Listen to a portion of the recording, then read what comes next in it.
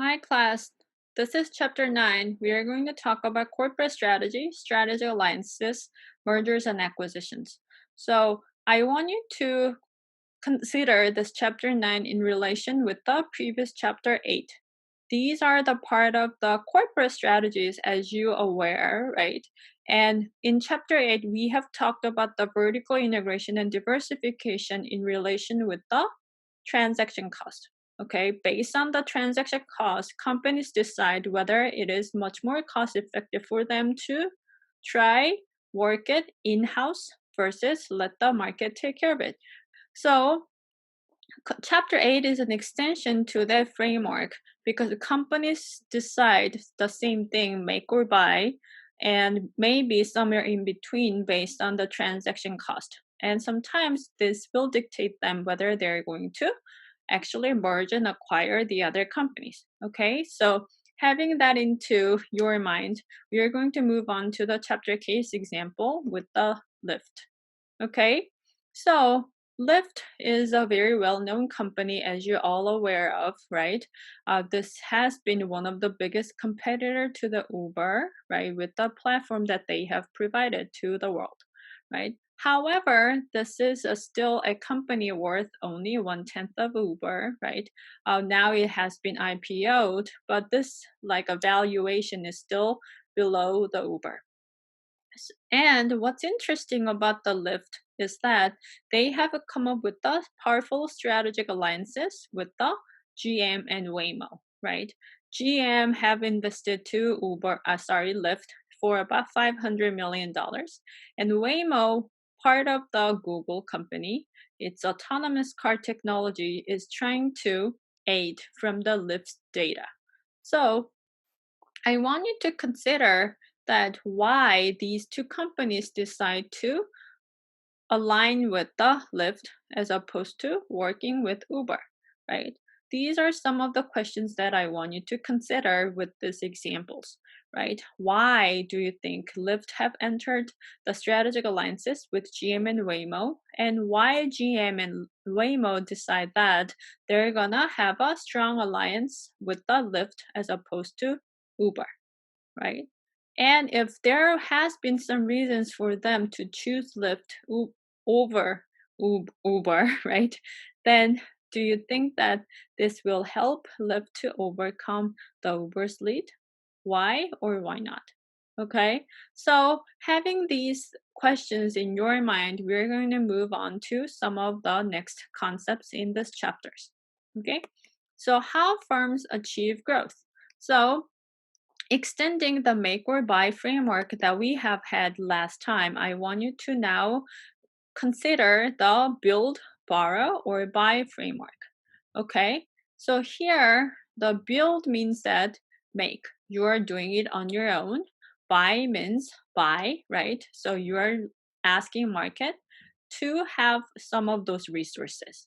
Okay, but the borrow is somewhere in between so that they may enter a contract or strategic alliances. Okay, so for example, let's take a look at this charts here. So first thing is that I want you to come up with the question of the how relevant are internal resources, right? Resources are relevant, right? But here I want you to bring in the concept from the chapter 4, the Rio framework, right? If they pass the Rio framework, then these resources might be considered as very relevant. And if it is considered to be the highly important, it's better for the companies to build in order to reduce any future risk or any threats, right? However, if this is something they consider to be relatively low, then they move on to the tradable question. Is it tradable, right? If you think that this is a highly tradable, right?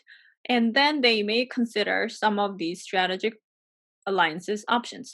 Short term and long term contracts are a way to borrow resources from another companies. So, for example, licensing here and the franchisings are some of those early options that you can have from a short term versus long term contracts. But when you think of it as a relatively low tradable, right, then you may come up with the next questions. How close to your resources partners, right? It can be achieved through the integrated alliances, much longer term relationships, right? If so, then they may think about some of these options like equity alliances and joint ventures. So, equity alliances means that you are investing your real money into this relationship, and joint venture is much more important in the sense that they usually share 50-50 relationships in terms of the equity and the human resources, and everything is much more tightly needed partnerships.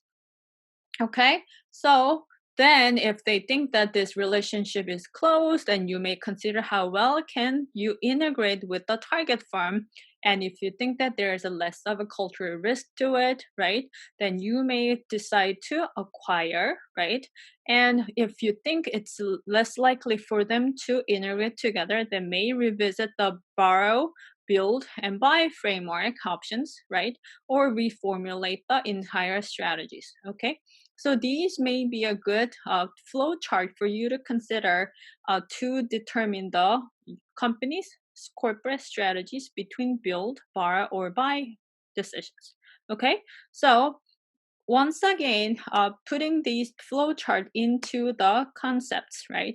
These are some of the things that you can consider. Relevancy, right? How relevant are existing internal resources to solve the resource gaps that you are having, right? Internal resources are relevant if they are similar to those firms' needs to develop or are superior to those of competitors in the targeted area, right? So, and the second, the tradability, some of the examples that we can consider resources that are available externally are like coming from the biopharma industries. Producers use licensing agreement to transfer knowledge and technology, and that's usually very accessible markets in the biopharma industry. Okay, and the third question is the closeness, right? And the integration. In fact, there has been a lot of problems have emerged in this integration problems, right? Mergers and acquisition, it's the most costly, complex, and difficult to reverse, right? Among all these like of strategic alliances options. And some of the companies have experienced a lot of post-integration failures. Some of the examples that you can think of is between the Daimler and the Chrysler. So this German car company, mother company of the Mercedes-Benz, and the well-known American car maker Chrysler used to merge together, but that they say that they're going to separate once again because the cultural clash is very difficult to overcome. And also the AOL and the Time Warner tried to integrate, but that didn't work either, right?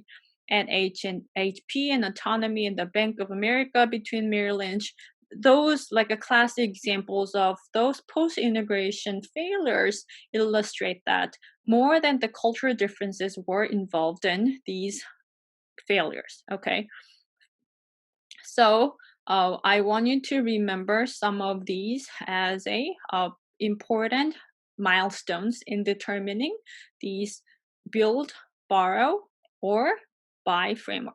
Okay, then let's move on to the strategic alliances. Strategic alliances is basically defined as a voluntary arrangements between firms.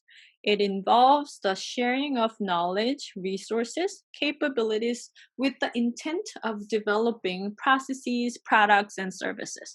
Then, like we have discussed it with the case of the lift, companies choose entering strategic alliances because they believe that it strengthened their competitive positions or help them to enter new markets, hedge against uncertainties, access critical complementary assets, and learn new capabilities. Okay, so for example, let's try to think about some of the examples, like one of your popular and favorite examples, such as Tesla, right? Tesla has aligned with Daimler, Toyota, and Panasonic. And from the alliance with the Daimler, Tesla was able to access to superior engineering expertise. In addition to that, they were able to have $50 million in cash, right? Which saved them from bankruptcy. Toyota is a previous owner of their Fremont manufacturing facilities. It once was belonged to the joint venture between Toyota and GM, the NUMI, right? He was able to have an access to the manufacturing facilities in California, right? So that Tesla was not only being able to help from the Toyota's manufacturing facilities, but also their knowledge in how to make it effective manufacturing, right? Panasonic is the world leader in battery technologies, and Tesla and Panasonic jointly investing in Nevada's lithium-ion battery plant, right? So that it was able to strengthen its competitive positions. Okay. Another examples that you can consider with the strengthening competitive position is coming from the relationship between IBM and Apple, which used to be considered as one of the biggest foes in the PC industry. Because if you remember that IBM was the forefront runner of the PC, right, manufacturing, and Apple was operating like another platform to operate the computers, right? So that they used to be considered as the foes, but they now working together in order to strengthen their competitive positions in mobile computing and business productivity applications, right? So these strategic alliances put competitive pressure on rivals such as Microsoft, BlackBerry, and Samsung because on their Apple's iPhone operating systems, IBM's health data analytics were able to come into play so that they can have a better access to each other's. Okay, so it was actually helping them a lot in strengthening their competitive positions. Second example is coming from the entering the new markets, right? It strategic alliances help them to expand their product markets, service markets, but also the geographical markets, right? So governments like Saudi Arabia and China requires legally for the foreign firms to have a joint venture partners before doing their businesses in their respective countries, right? So in order to enter the new markets in geographical areas, they should come up with certain type of strategic alliances, right? The third reason to form a strategic alliance is for them to hedge against uncertainty. One of those things that I wanted to mention was about the real option perspective. This is an approach to strategic decision making. So instead, they're trying to acquire one of the great startups or acquire a well known company. They are rather breaking down these large investment decisions into a smaller set of decisions. So it is rather staged sequentially over time, which allows firms to obtain information in stages. So I believe that you probably heard about the company called Genentech. It is located along the Highway 101 here in the Bay Area, and they have been one of those like a very promising bio startup companies here in Silicon Valley. And Roche is a very well established pharma companies from Switzerland, and they started to invest in Genentech from 1990 and make sure if this relationship between Roche and Genentech is gonna work well, because Roche is very has a long history, has a very different culture because of a histories and hierarchical uh, company structure. On the other hand, Genentech is a Silicon Valley based pharma company, right? So they wanted to make sure the integration is going to work well between these two. And after a couple of sequential stages of the strategic alliances, they decide that this is going to work well between them. And Roche finally bought the Genentech in 2009. Okay. So that's one of the reasons why the companies are moving on to the strategic alliance. And the fourth reason is that they can access to critical complementary assets. Okay? Complementary assets such as marketing, manufacturing, and after sales services can be acquired by these strategic alliances.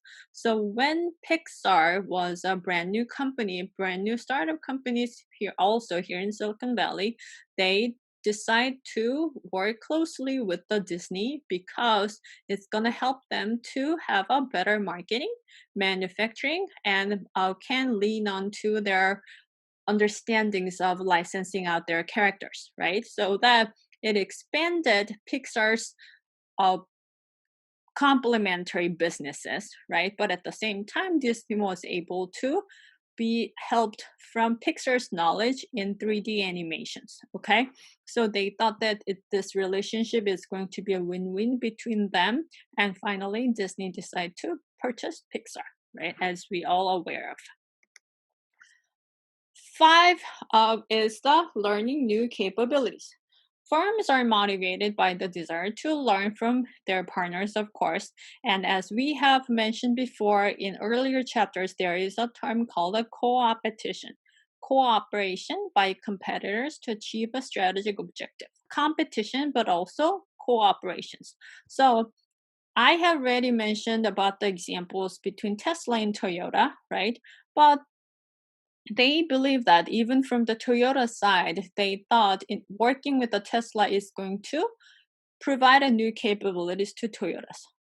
Interestingly enough, Toyota thought that working together with Tesla will bring a new innovative spirits to Toyota, which was considered to be very the characteristic that Toyota is lack of.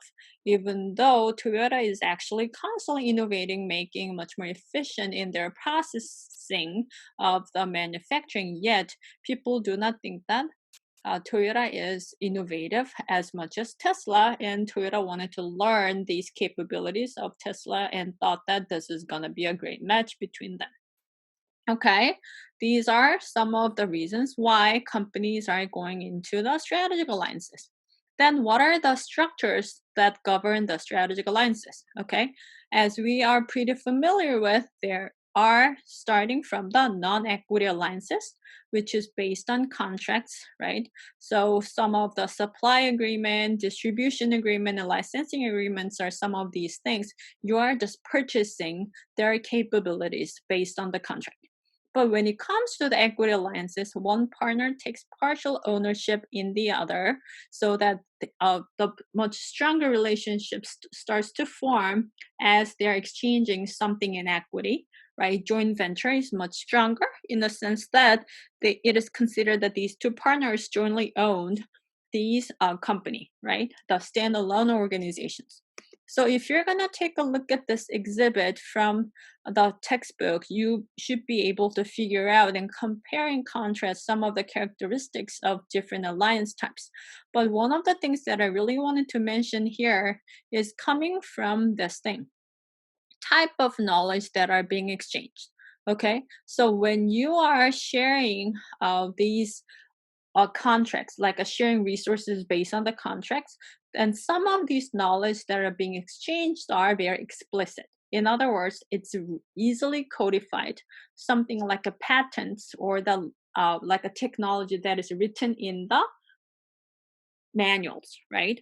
So that you are learning that only the particular technology or the ways of like whatever that is written, user manuals or fact sheets, scientific publications, those are something that we all aware of based on the codified knowledge. In other words, there is nothing much more in depth than that.